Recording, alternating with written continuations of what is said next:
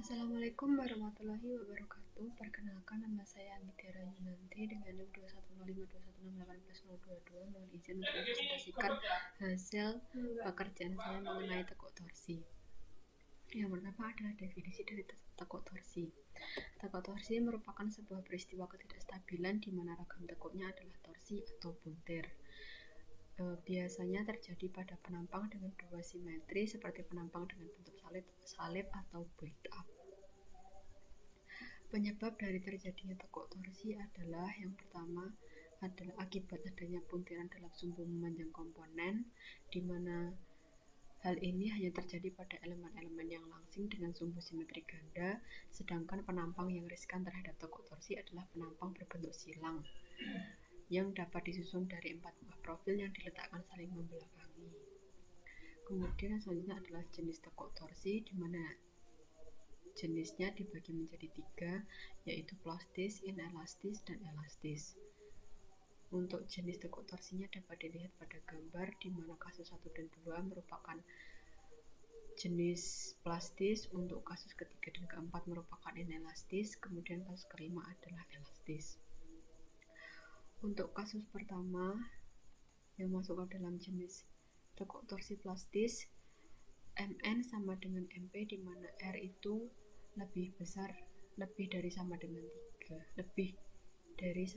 3, di mana syaratnya adalah L itu kurang dari LPD, di mana LPD itu sama dengan 25.000 ditambah 15.000 dikalikan M1 per MP per FY dikali RY. Kemudian untuk kasus 2 yaitu Mn sama dengan Mp, di mana R kurang dari 3.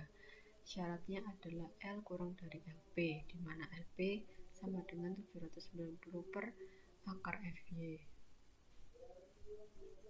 Kemudian untuk kasus ketiga yaitu masuk ke dalam kasus jenis tekuk torsi inelastis, MP lebih dari Mn dan Mn itu lebih dari sama dengan Mr, di mana syaratnya adalah LR kurang dari L kurang dari LP, di mana kemudian untuk mencari Mn itu sama dengan CB dikalikan Mr ditambah dalam kurung MP min Mr tutup kurung dikalikan LR min L per LR min LP, di mana hasilnya kurang dari sama dengan MP.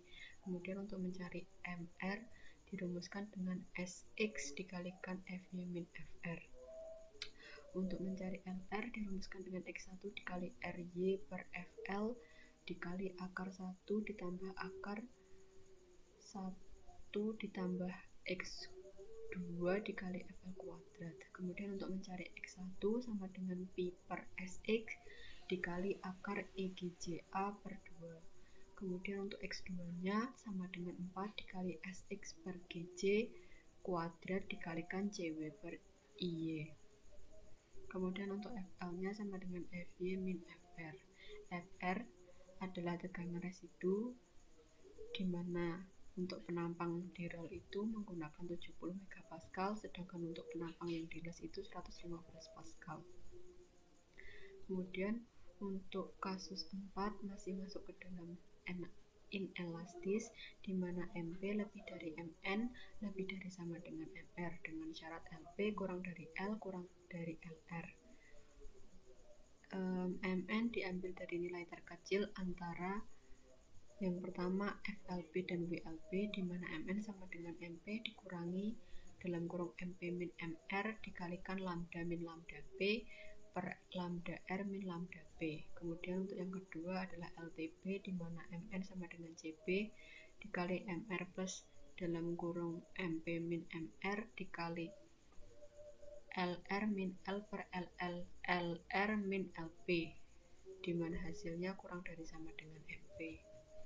Kemudian untuk faktor pengali momen CB ditentukan oleh persamaan CB sama dengan 12,5 momen max per 2,5 momen max ditambah 3 kali momen A ditambah 4 kali momen B ditambah ditambah 3 kali momen C, di mana hasilnya kurang dari sama dengan 2,3. Momen max merupakan momen maksimum pada bentang yang ditinjau. Untuk momen A adalah momen pada seperempat bentang tak terkekang.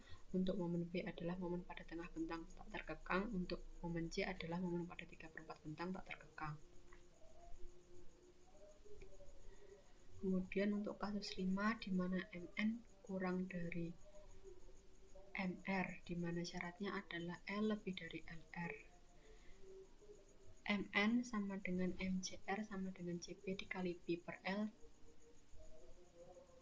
akar EIY dikali G dikali J ditambah pi E per L kuadrat dikali IY dikali CW, atau Mn sama dengan Mcr sama dengan Cp dikali Sx dikali X1 dikali akar 2 per L per Ry akar 1 per 1 ditambah X1 kuadrat dikali X2 per 2 kali L per Ry kuadrat. Selanjutnya adalah contoh perhitungan.